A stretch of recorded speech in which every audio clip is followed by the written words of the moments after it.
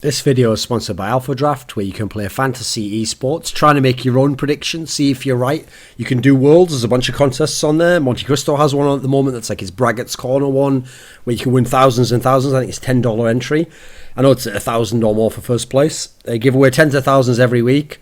Now, the World Championship for League of Legends this year, it's been a fiasco in terms of the expert analysis on the desk and then the response from the general public. Because the big problem, obviously, has been that the actual results have gone almost entirely counter to what the majority of the experts guessed in 3 of the 4 groups at the very least.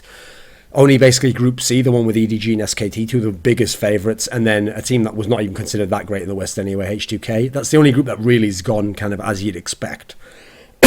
Elsewhere, there have been such drastic upholds, particularly Group B, the one with Cloud9 and Fnatic, and Group D, the one that was supposed to be the group of death for Origin, but actually then leading it now.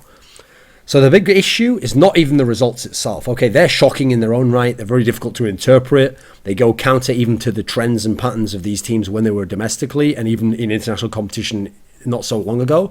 But the more interesting and rather slightly disturbing pattern, I think, has been the backlash against experts, or even, it seems like even the concept of being an expert, as though if an expert makes a prediction that's wrong, it invalidates his whole philosophy on the game, or anything he says later, or he should be chastised like he should have gotten it right, and if he did know what he was talking about, then he would predict correctly. So let's go through some of the points, and as a result, we'll get to break down some of the core concepts here. So first and foremost, the most shocking result to me, yeah, on paper you'd say it's the Origin one, right? But I think actually the most shocking result should have to be the Cloud9 result, where Cloud9 won all 3 of their games and are currently top of the group with a very good chance to go out, except for some extreme tiebreaker type circumstances. As far as I know, they will be going out of this group.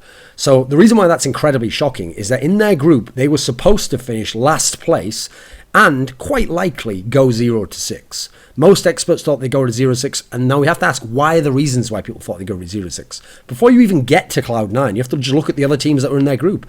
Admittedly, they didn't have anyone in their group who was a true favourite for the tournament. They didn't have any of the top Korean or Chinese teams there. IG, even among the Chinese teams, were considered far and away the 3rd best behind EDG, because EDG, aside from the slump in the summer, did have excellent results all year long, do have a fantastic lineup, do have great coaching, etc., and did seem to overcome the problems they had in the playoffs when they were in the regional. So as a result, IG was supposed to be a level below. So there was supposed to be a chance there for people like Fnatic and AHQ to upset IG, but not for Cloud9. Then you go to Fnatic. Okay, of the Western teams, they're supposed to far and away be the best by far. Like no debate really there. They've had an almost immaculate season except for the final against Origin, and then it just looked like Origin played very well and matched up very well there, and they tried some interesting picks that didn't always work out. So people thought, okay, that they have a legit chance to come first place, but even then they're still going to be battling with IG, and who knows, maybe AHQ can surprise. And then in terms of AHQ, they've been the best team in the LMS region for the last 3 or 4 months. They were very good there, and at the last big international tournament, the MSI, the Mid-Season Invitational, they were actually very good there as well. People forget that they beat Fnatic there in the group stage, and if they hadn't have played EDG, who's a team that they practice against, no one really knows how good they would have been otherwise. What would happen if they'd played SK Telecom? Could they have taken games like Fnatic did? What would have happened if they'd played Fnatic? Would they have been able to beat them in a best of 5? I know people like Clement Chu, expert for that region, think they would have actually. So with all these teams combined, it was very easy before you even looked at Cloud9 as a team to say they should all be able to beat Cloud9, probably both times they play them. Then you look at Cloud9 themselves, and they weren't a good team. Like this notion that, so some of the analysts said, like, Cloud9 will go 0-6, and then some of them also said, and they're a bad team. They're not a good team. Now, obviously, they mean bad team in the context of the teams in their group and the tournament itself. In the tournament field, most people I know would have had Cloud9 in the bottom 3 or 4 teams in the whole tournament. Only really the wildcard teams would have been below them. And even then, I know a lot of people thought, hey, Pain Gaming have had a good season in Brazil, and recently Brazilian teams have practiced in North America and had some decent results. So some people might even have said Pain Gaming had a better chance than them in terms of even winning games. So as a result, they weren't expected to have any chance. It's quite reasonable to say they'd go 0-6. It's also reasonable to say that they're a bad team. Like, put it so, let's spin it the other way. Rather than someone have to explain why they said they'd be a bad team, go the other way around. On what basis could it be said that they were not a bad team? On what basis were they good? What made them good? If they were good, where was anyone who had any kind of voice or platform or expertise singing their praises and explaining why they're good and how don't underestimate them, don't count them out in this sense. That didn't happen. The experts uniformly across the board were all saying in this group, okay, people could argue if they're from LMS region, I think AHQ actually could upset Fnatic and maybe they could go tied with IG, or people from China were maybe like, don't overlook IG, maybe they'll be even better because, Kakao against Rainova, or people from Europe could be like, okay, maybe the match in the final there against Origin was just because those players obviously have some history all being on Fnatic before, that Origin's a team that only had one split, so maybe they developed by the end of this. But there's all these reasons you could give for all the other teams. I never heard one compelling reason as to why Cloud9 was going to do well against any of those teams or in the group in general. So on what basis anyone thought they were good, I don't know, because they weren't. And in the context of Worlds, they were a shit team. It's not even that they were vaguely good. They were not in any way a team that should have had any chance to go 3-0. That's using the expectations before the event played out. Even when you look at this year, okay, so in the summer split, they only won a third of their games. They won 6 games or something out the whole year. Remember, they were in a league where they had like NME, Team Esports, the Dragon Knights didn't even have their roster for the majority of the season. That should be 6 games right there. And they only had 6 for the whole split. Terrible. Then they go into the Gauntlet, because remember, they didn't make the playoffs. And even in the Gauntlet, it was so touch and go in every series. Against Gravity, it was 3-2. Against Tip, it was 3-2, and they were getting wrecked in those first 2 games. Liquid, admittedly, they won a bit more handedly. Liquid helped them out, obviously, there. But even so, it wasn't convincing the way they were winning. And that was the same Gauntlet run, let's be real, where Hai couldn't play almost any meta champion. The best he could do was by the end, he sort of vaguely picked up Gragas a bit. Otherwise, he was having to go back to shit like fucking... He was on like a Mumu and Shyvana, and it was not good. He was doing some good shot calling occasionally, but it was never individually playing well to the extent he is now. Now he's much better. And let's not forget, at times during that Gauntlet, Balls was just a walking dumpster. Like, that's not even debatable now. Yeah, he might have had a couple of good games at this Worlds now. Still isn't beasting it, but even so, he was nothing like that when we were looking at before. So experts can only go off what's happened and try and put pieces together and maybe hypothesize or extrapolate to what they think might happen in the future, but they can't see into the future if something absolutely takes a curve and there's no way to predict it. And at the end of the day, where was Cloud9 people themselves explaining how this would happen? Or that? I haven't seen anyone. I follow a lot of people who are experts about League of Legends on Twitter. I never saw anyone saying anything approaching this. It's also the problem that if you imply that someone should have been able to know that Cloud9 would be this good, you also imply that somehow that information was available before they played the games. And if it was available before they play the games, presumably, as people who get mad about it would think, that's because they always were good and that it was people downplaying them or refusing to acknowledge their potential or some sort of shite like that. But the problem is, if you do that, what you essentially do is you imply that they didn't improve. Whereas actually that is the most reasonable explanation for why they're as good as they are now. Because they went away, they had the boot camp, they figured things out. Maybe what we saw at the Gauntlet was just the beginning of them starting to get shit together. And so it looked there like, oh wow, that they did absolutely everything they could and they only still just won. Maybe that was them just beginning to turn the corner and they figured out a few things. And Hai did develop his champion pool. And Incarnation had already had some flashes of really good games there. Admittedly, not against some of the best competition like here. But then he comes to Worlds and he's gone up another level. And now his confidence is there where it never was during the split because he had his issues with Meteos and the jungler was never warding the mid lane enough. So he didn't want to make plays. All the things are coming together now.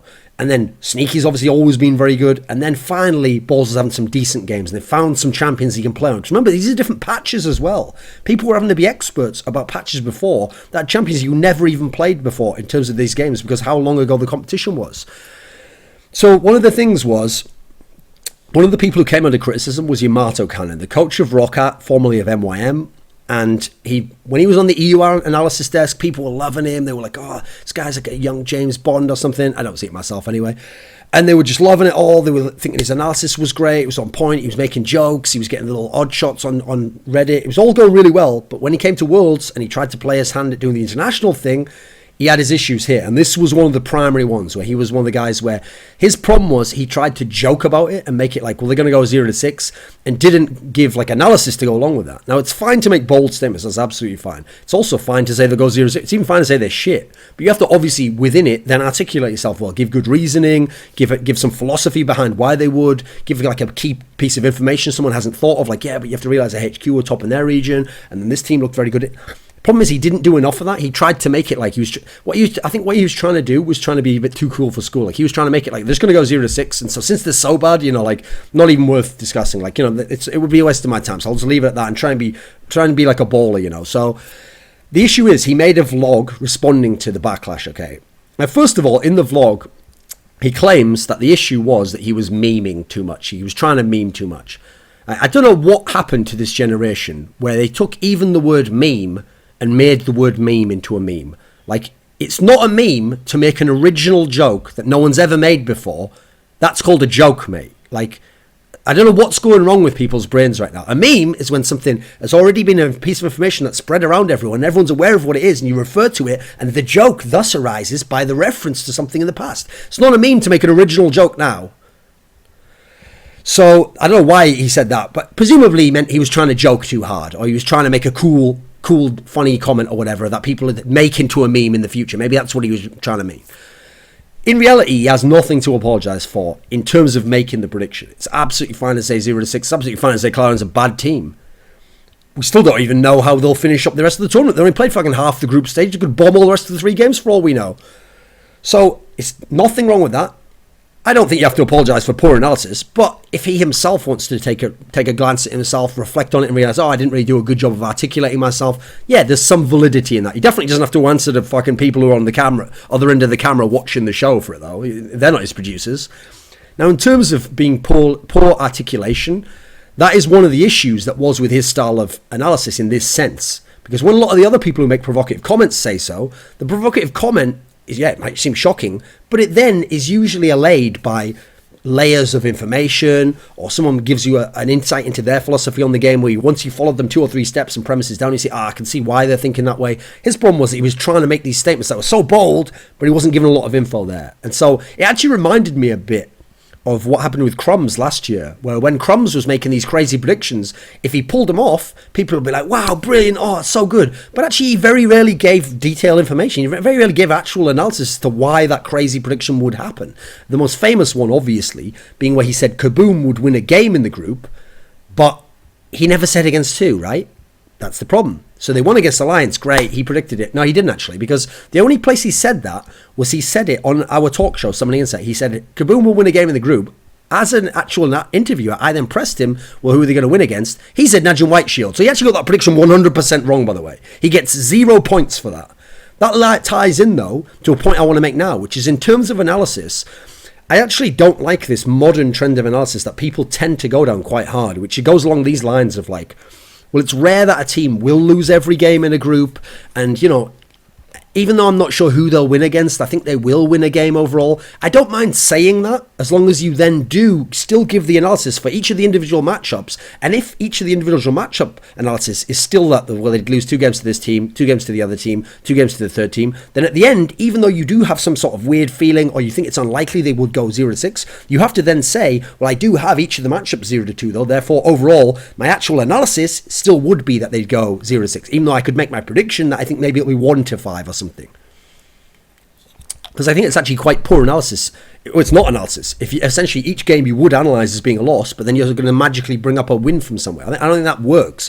If I ever say it myself, I always do it like that. In fact, that's one of the rules I personally have for when I do analysis in CSGO. I go map by map, and I say on this map, what would happen at this point in time when they play? Okay, and on the next map. Now, there are factors you could take into play, like, well, if they win the first map, will they ease up a little bit? They're all very difficult to work out, though. And so, unless you're going to have some specific insight or reasoning as to why you're going to predict that, I still think it's better. Even if it seems like, well, these are 2 really good teams and they're both good on all these 3 maps. If you really think Team A will win at map 1 and then separately they win map 2 and separately they win map 3, then you have to say a 3-0. Even though it's very rare that you get 3 zeros in a best of 5, and usually among the top teams they will get a map off each other and it will be close, you should still say 3-0 in that scenario. That was just a small point in general about the notion that it was ridiculous even to say 0-6, because okay, in the past teams haven't gone 0-6.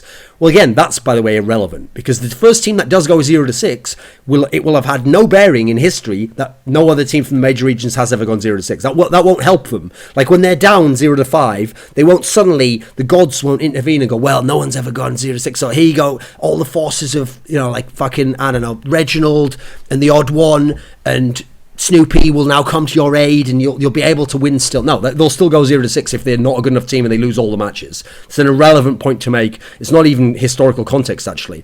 It's just what happened in history, but that has no contextual link to now.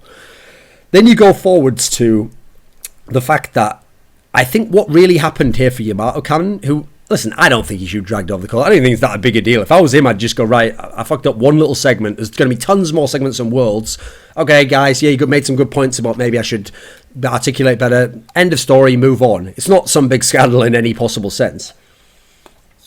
But I'm not a guy who particularly likes or dislikes him. He's just whatever for me. I've only seen him a little bit.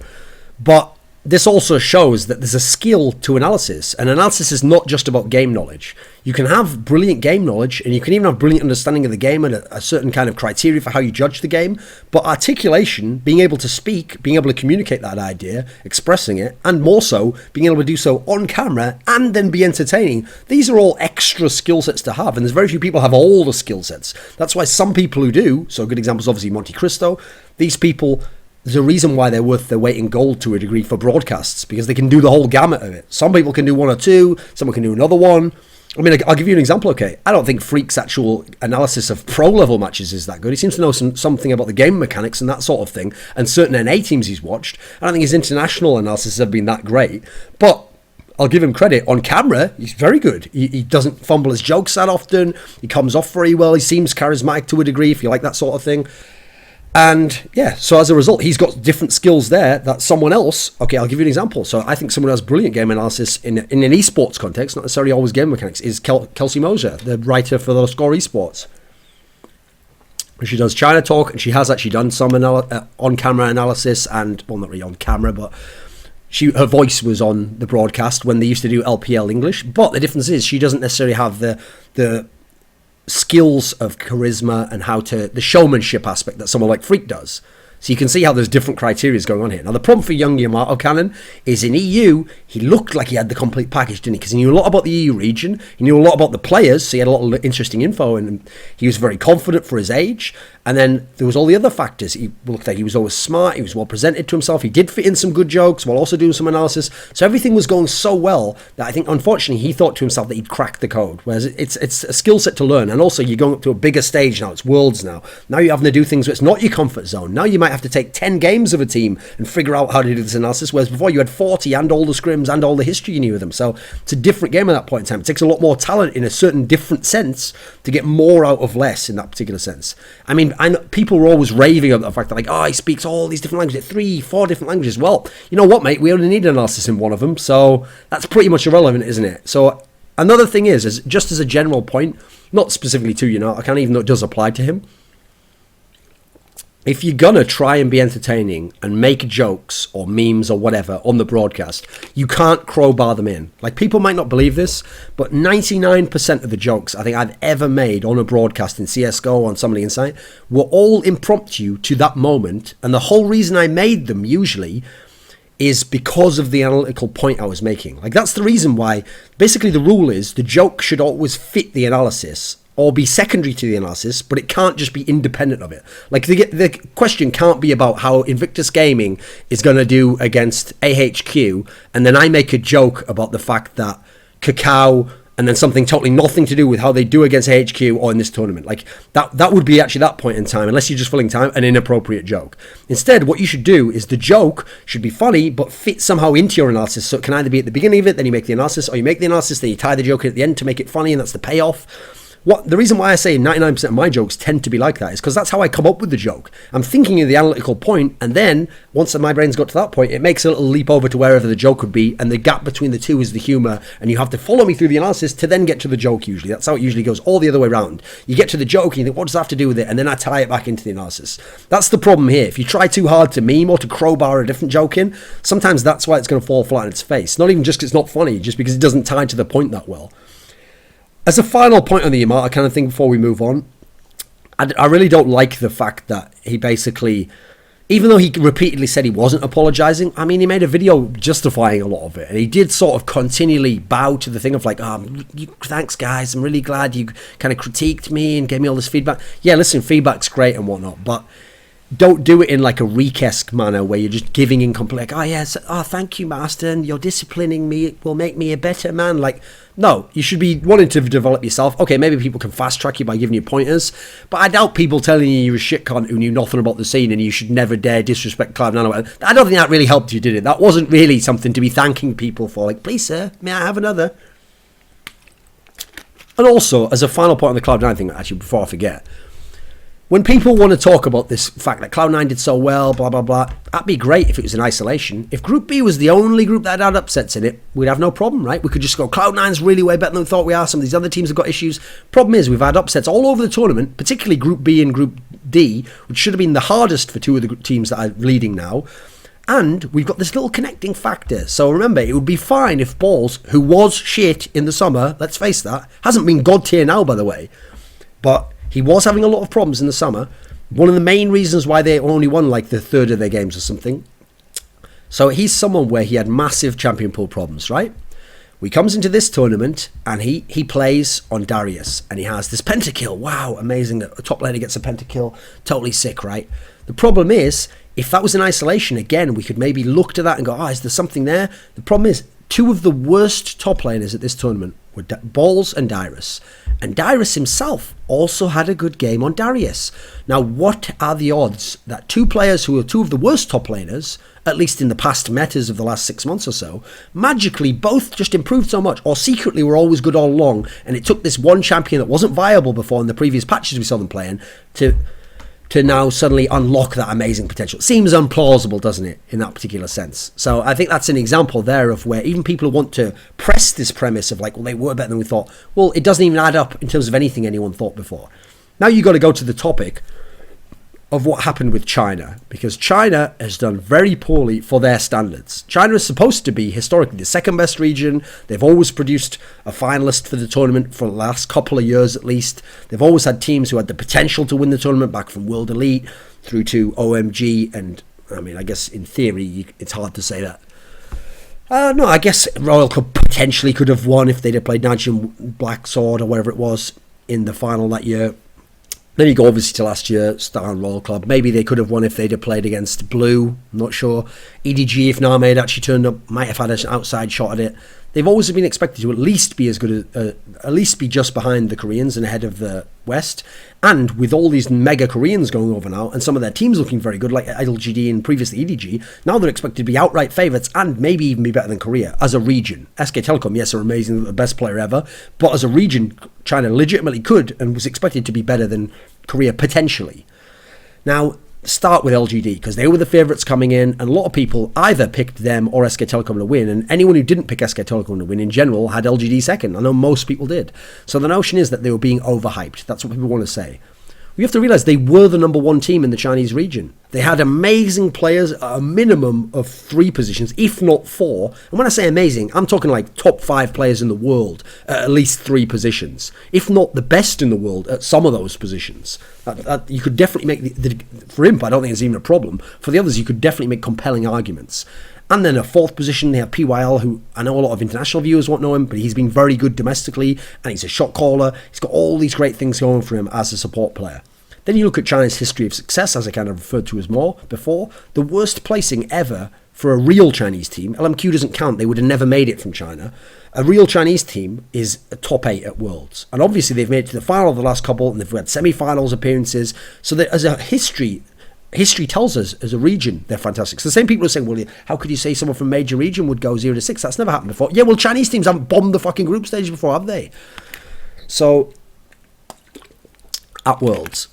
And if you want to talk about hyping people up too much, oh, what, you mean like Fnatic fans did then? You know, you guys from the West. Because remember, that's the problem, yeah? C9 did great.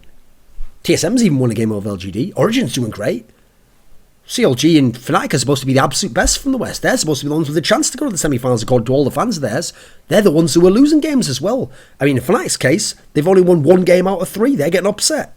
Which Western fan do you know, or expert, who really thought Fnatic would lose to C9 in a HQ?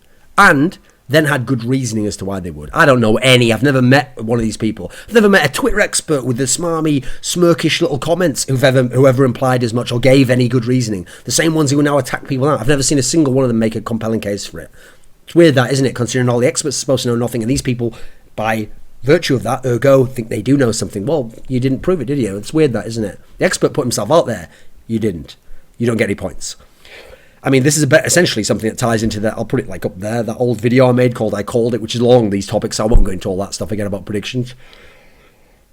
So the LGD team did poorly against our Origin. Now again, same scenarios with that Balls Dyrus thing. It'd be fine if they'd lost to Origin and maybe even lost to KT Rolster, but then they'd beat TSM. Then you could go, right, well, KT Rolster, we know they were pretty good and they have a very distinct style, and maybe that style matches up well. Origin obviously has played even better than we thought before, and they've been a force on this new patch. Maybe Origin's just really good. Now, that's not to say that they aren't. Clearly, they're better than we thought. But the problem is, LGD also lost to TSM. So what you don't realise is, the fact that they lost to TSM as well means that LGD is doing really badly on top of the other teams doing well. So it's both at the same time. It's not just that one's better and the other one's good, but they got beaten out, and that they were always good, but if we'd have had them against an Ash competition, we'd have seen how you were overhyping them and sucking the dick. No, it's quite clear when they're losing to TSM now that they have taken a massive dip from where they were in China. So that doesn't make the original analysis unreasonable. I mean, I think that's a ridiculous kind of perspective to take, because on what basis would you have it? Then you look at the fact that, okay, again, I didn't see people super hyping Origin that they could win the group. Likewise, I definitely didn't see anyone who hyped Origin. There were a few people who said, yeah, and you know what? TSM can also beat LGD. So these people, their analysis didn't work out either. They didn't exist, those people who said those two things simultaneously. Then you've got to consider certain factors like God V has been mega shitting the bed. He is in line to become the next Dade at Season 3 Worlds. It's that level of poor play, or even Mata at the same tournament. Amazing player, but incredibly poor performance. Like nothing comparable to anything they've done domestically, where they're all very, very good players. You can't underestimate. It's not that in China he was somehow looking good against. They have the best mids in the world in China, except Faker, basically. He was over there doing amazingly well, and he was a fantastic player. He's done terribly here. You have to look at that as a dip in performance, or choking, or whatever nerve issues he might have. Then you look at Acorn. It's amazing to me how uncharacteristically poor this guy's been, because this guy, in terms of a top laner, is like the consummate professional top laner, because he can play the whole gamut of styles. He can play the carry top laners, he can play the defensive top laners, he can play the zoning top laners, he can play the utility top laner. He can do anything you want. He can play with seemingly any type of player. Fantastic teleports, fantastic timing on when to come down for team fights, how to play versus difficult lanes and still survive. A really, really complete top laner, and yet he's playing absolutely uncharacteristically poor. Really, he's not even in a group where, in theory, when he's playing against Soaz, okay, Soaz is a great Westerner, but Acorn has much more pedigree. He should be able to beat out someone like Soaz. He plays against Dyrus. Dyrus is considered to be on the massive down end of his career. He's considered an anchor for his team. Should be destroying someone like Dyrus. When you consider what people like Acorn did in past tournaments, in, well, all previous past tournaments, basically, how amazing he was as a top laner. Then you look at the only one really for their team who's played very well, I think a number of games, Imp has had times where he has played very well. He hasn't quite been able to live up to the number 2 player in the world type scenario, but that's mainly because his team's been shit in the bed as well. He's still had games where he went off, where he did his best. He really did try everything he could to carry. I don't blame him as much, but you can see already 2 of the 3 star type players of the team, some of the best in the world, are playing quite poorly, and in the case of Godfrey, absolutely terribly. Then you look at the other Chinese teams. So Invictus Gaming. Now, again, I don't know anyone who was super hyping Invictus. Some people had them up there. I know a lot of people, even Western experts, who know a lot about China and Korea and expect other Chinese and Korean teams to dominate, who were saying, I still think Fnatic will come ahead of them, or it'll be close, and it'll be, the problem there is that HQ could take a game off them. I don't know anyone who's really hyping IG in general.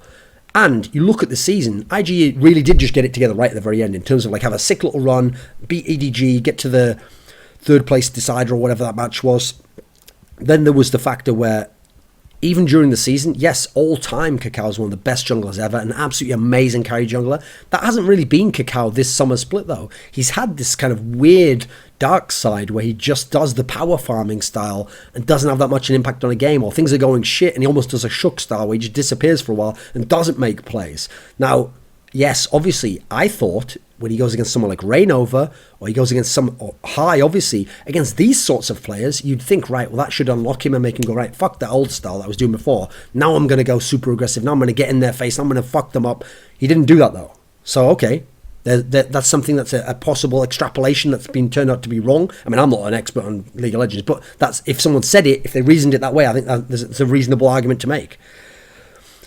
There's also the fact that, yes, LGD did very poorly. IG have done not great, but they've still got a chance to get out.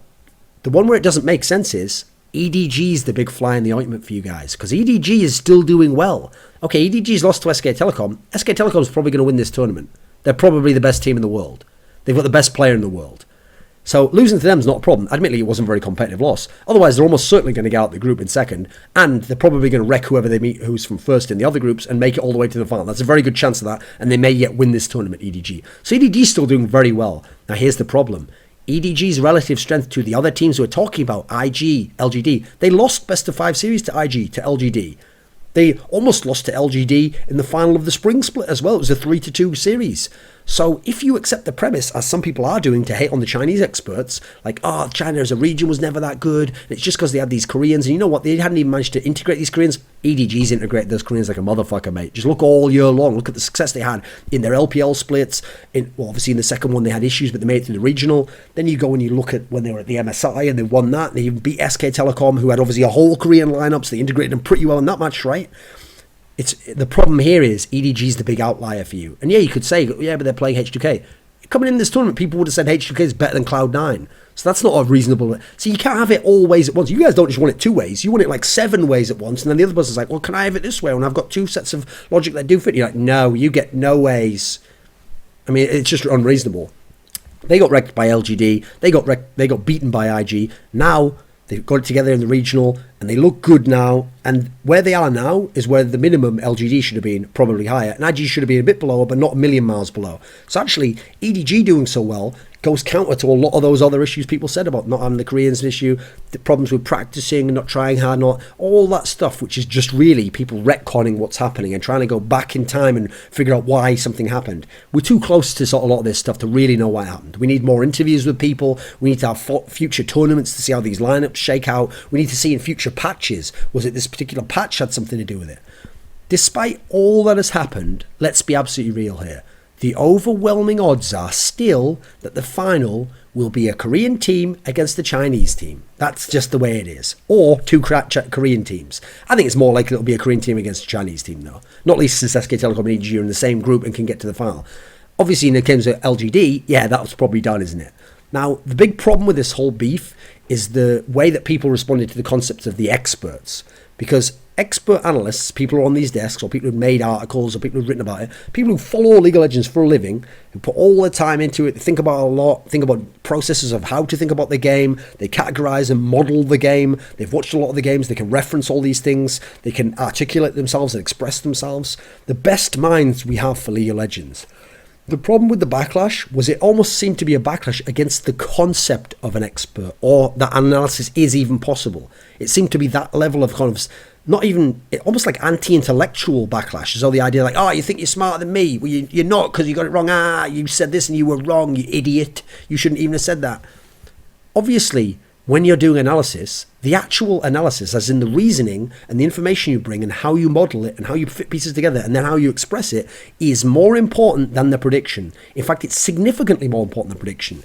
You could actually do entire analysis segments that will be wonderful pieces of, well, not television, but broadcasting production, purely using analysis and having no predictions. And what you could do is for every match, you could say to them things like this: what are the win conditions for Fnatic against Invictus Gaming? And they'd outline them and say, okay, and typically how would you expect a game to go between these two teams stylistically in terms of how they face up? Okay, but if you think that Fnatic's going to win, they're the favourite, what would have to go differently for IG to win? You could do all this. Now, first and foremost, you'd need a lot of time to do all that, but you could do most of that, okay, at all times, and at the end, I've gone through most of the situations and say, you know, this situation's a 3 out of 10 chance, this one's a 5 out of 10 chance, this one's a 2 out of 10 chance. You go through all that, and technically you wouldn't need to do a prediction. At the end, after the game, you'd come back and you go, see, it was the one that was actually, it turned out to be the 3 out of 10 chance, and it went like this, and as I kind of referenced, it could have gone the other way if it was the 4 out of 10 chance, but instead a different factor came into play and we saw that go this way, and this would all be wonderful analysis. It'd be very interesting on air.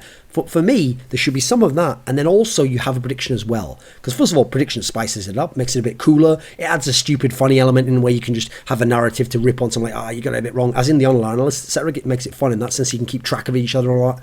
Also, what I do like about the prediction aspect is, for me, when I know from doing this myself, this is why I always insist that we do predictions on my desks. I think it keeps people honest. Like, it stops them doing what I just said there, doing good analysis, outlining all the scenarios, and at the end of the analysis saying, right, you know, this one was a 2 out of 10 chance if they were to do this interesting thing, and then that happens and go, see, as I said, they were going to have this problem that I got like this, and pretend like you didn't say all the rest. No. At the end of the day, you try to pick the one that you think is still most likely and which one you think will happen now based on some other info, but you gave the analysis as well. It's a two-pronged attack you're going to do here. It's not one or the other has to be right. So the reason why I also think it's good to make predictions is because you'd be amazed how many times people are more wrong than they realise for the same principle I just explained. In their mind, because they did outline all these scenarios, this is what fans are often doing. When the reality happens and they see what did happen, they then often think, well, I did think that though. I did think that that could happen. So you hear these ridiculous statements fans make where they say, yeah, well, obviously, I mean, Fnatic are a favourite to beat AHQ, but it wouldn't surprise me if AHQ beat them. Well, you just said they're a favourite, so you've got to unpack that more. It's a ridiculous statement in itself. So I like to keep people honest in this sense, because otherwise they'll just sort of fudge the numbers and keep thinking, oh, well, I was right on most of those, and I did sort of say that they win, and suddenly these are all counting as wins when they would have been stark losses, win or lose, binary yes, no, all the way through. I mean, the reason I do this is I even keep a track of it in CSGO. So in the finals I do in CSGO, for the events I do on the analysis desk, I actually keep a track of how often I correctly predicted who would win the final. Because you'd think, having done as many events as I have, and I've done tons, I think I've done like 21 events at this point in time, you'd think, well, you must get it wrong a lot of the time, right? Especially because I'm not an ex-player, I'm not somebody who even has rumours from the players, I don't watch their scrims. But actually, out of the 21 times I've done the finals, I've correctly predicted the winner 15 times. And out of my last 16 finals, I've got it right 13 times. So that doesn't mean my analysis was always amazing, because remember, the analysis isn't necessarily connected to prediction, but I think the analysis is good in merit, on its own merits, and some of the predictions are good, so it's keeping me honest. It's meaning that I can't just get away with saying that, oh, and that one, well, yeah, I did also say the other one could win. I'm saying, no, I get a loss in that scenario if that happens. Likewise, I think that the reason why this is important is because for analysts, it keeps you on track, it keeps you figuring out, well, I was wrong there, so why was I wrong, and what can I look at here? Whereas the people who are watching and who don't have to take part in it, they're always going to be super critical, aren't they? They're going to be think that they were right. I didn't have the skin in the game anyway, so I can just say that he's shit 'cause he got it wrong. You see this scenario. I remember last Worlds, there was a thread in which people were criticising Monty, and they were saying, right, you see, the thing with Monty is, like, he's not an ex-player like Saint and Crumbs and Doublelift, so he doesn't really know that much about the game. You know, he can talk about what happens after it happens, you know, like in retrospect, but he can't make like predictions, and he doesn't really know the insides and outs of the game like they do because they're players now. And what's great is someone did a response thread, and what they did was they calculated all the predictions that had happened to that point in Worlds. And they'd already played something like 12 or 15 games or something like that. And when they calculated it, all the analysts who were on the desk, every single one of them except Monty had a win rate that was something like 60 to 65% accuracy. Monty's was 80%. Now, the reason people didn't think it was higher than the rest and thought he was in fact worse is because, first of all, again, they forgave these people when they made the wrong decision, and when he made the right one, they thought, well, well, obviously that team could have won, so this, you know, he hasn't told me anything by saying they could have won that there. Likewise, when someone like Crumbs, who at the time actually had one of the worst winning percentages, got that miracle one I referred to before of Kaboom winning, even then he didn't actually get it right, but he got something along the lines, right? Because he said they'd win a game. When he got that right, then people were like, see, Crumbs he knows more about the game. He has like insights that other people don't have. So again, it was like they were going against the concept of the expert who isn't the ex-pro, and which is a ridiculous prediction. Likewise, you have a scenario that you have to admit, which is that there are some predictions you won't get right purely because they are extremely unlikely to happen, but they do go through the process of occurring, despite the fact that even when they occur, they are still unlikely to have happened.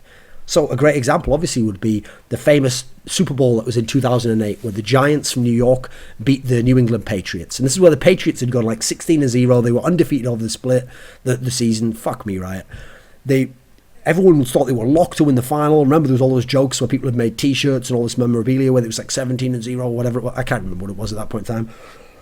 So they lost to the Giants in a heartbreaking game where, do you remember what one of the key plays in the game was? A guy caught the ball on his helmet with one hand. Now, who the fuck could predict that that game would go that way, that those teams would match up that way, and that he'd win with that sort of gameplay? And obviously no one could. It was extremely unlikely it would happen and that they would win in that particular fashion. But it did happen, but that doesn't make analysis that people gave wrong or, more importantly, of no value. Like, I'm sure for that game, the analysis wasn't it wasn't actually correct, even if they didn't get the prediction right. I'm sure a lot of people said that they were going to beat them in this way and that the defense would be great here and that they would do this.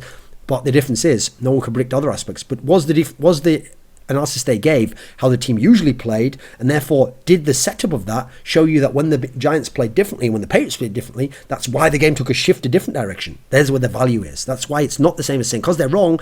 Everything wrong is the same as everything else wrong. No, there's not that equivalency there. There's still value can be within what is overall wrong in terms of the prediction. Now then, let's be real about the World's results so far. So I still don't know which ones are flukes. I don't know how the rest of the 3 games are going to go. I don't know how people will do once they get to the bracket stage. But almost certainly, some of these games were flukes. Some of these will turn out to be a surprise factor going on early, things you can't possibly have anticipated. One player had a massive overperformance. One player from another team choked on a certain game and he might get together later. Some of these were flukes. And so to pretend like every single one of them, well, because it happened, that team was always better. No, that's not analysis yourself. You're showing that you don't know how to analyse yourself when you say something like that. Then there's the fact that, as I've already referenced, that sometimes there's extenuating circumstances that mean just because an analyst's wrong doesn't create this false equivalency where he's the same as anyone else who's wrong, who didn't give any analysis of any value. No, not the case at all. Now, in terms of Worlds, let's look at some of the extenuating circumstances that can happen here. Well, they don't play each other regionally, so there's going to be tons of factors, right? How about surprise factor? They've never played that person before. They've never played that kind of team before. They don't know what it's like. They might have seen a game, but they don't know what it's like to actually be in the server and feel that resistance from that person. They've got stylistic differences, both regionally in terms of specific teams. This guy plays more from the top lane, these ones play more from their bot lane, where they might not have matched up that often again, or with those certain types of strengths that this personnel of this team has. Then you go to the clash of different metas from different regions. China loves all those early team fights, all the skirmishing all the time, fighting all the time. Other teams in Europe, it's to go to North America, in fact. Wasn't TSM the one that had like the longest game time to win or something? So you can see there's differences in terms of the metas of the regions there and what works. Cloud9 won the regional just by pretty much team fighting only. No one ever forced them objectively to lose. If they had have done that, someone like Team Liquid probably would have wrecked them. Then you go the evolving meta of the intra-tournament meta. As in, within the tournament, people start picking a certain champion, which proves to be good against the champions other people are picking. Then people try counters to that, and either the counters take over, or the original pick still has more success for there, and then that becomes the contested pick in a way that maybe it wasn't on a past patch, or outside of Worlds, or outside of these teams. Thinking in the past, there was Gragas at Season 3 Worlds in the group stage, then it became Orianna in the bracket stage, and you look at these champions going through the tournament. Janna at last year's Worlds, you see that these stuff like Tristana, you see the success these picks had going throughout the tournament, but not necessarily as defined before the tournament as they were in the tournament. That became part of the meta of the tournament itself. Then there's the meta of the new patches that you have, where people haven't played on this patch domestically or ever, and then, or just it was months ago, and then you go to nerves, but on a whole new level. Yes, this player might be experienced on this other one, but now it's Worlds, now it's the biggest tournament, now it's the most important tournament. Even great players like PYL, Peekaboo, Someday, Smeb, Rookie, Kakao, Godv. These are some of the best players in the world at their positions. None of them have ever played at a Worlds before. This is the first World Championship of Season X World Championship. So even brilliant players sometimes aren't ready for that level, or choke, or don't play the same way, or when faced with a different meta, fuck up completely and it tilts them and they go off. All types of things can go differently. Doesn't mean they all are. It's very unlikely they all are. In fact, a bunch of those names haven't even had that many problems. But some, almost certainly one or two, it will happen to. It tends to happen. You've seen in history, every Worlds, there's a Dade, a Nami, whoever else it may be. Then you look at, here's a good example, okay? So I got one from the West. That's the same thing that people haven't been talking about. While they've been congratulating themselves, how well Origin have done, and that proves that the West's better than China. And look how well Cloud9's doing. That shows that everyone overrated China and they overrated LMS and all this. You've all forgotten about Fnatic then, haven't you guys? Because Fnatic's not doing that well. And more importantly, who's doing really badly on Fnatic that was doing really well before? Huni. Remember, he was supposed to be, at one point in time, the best player in the Western region. He was the most dominant, he was the best, he had an insane ability to have impact on the game. He was one of the main reasons Fnatic was winning so many games throughout the year. He's had quite a poor World overall, especially for his standards. And yet, he's not from China. It's not just that China's shit and he's shit now, no. And SK Telecom's doing great. They're Koreans, and he's Korean, so why isn't... Yeah, exactly, see? That doesn't fit in. That's one of the problems with this tournament in general, right? So if there'd been a few small upsets, it still wouldn't have justified a lot of the backlash, and people would have actually been quite poor in terms of the taste and the quality of expression in terms of how they had criticised people, because a lot of it wouldn't have applied. But at least with a few that were consistent upsets, you could have said, right, and made these conclusions. I don't think I would agree with them, but you could have made your case. Problem here is there's so many upsets. They're so diverse and diffuse across the whole tournament, and there's no rhyme or reason to them. So, okay, this team from China is doing awesome. These other ones are doing badly.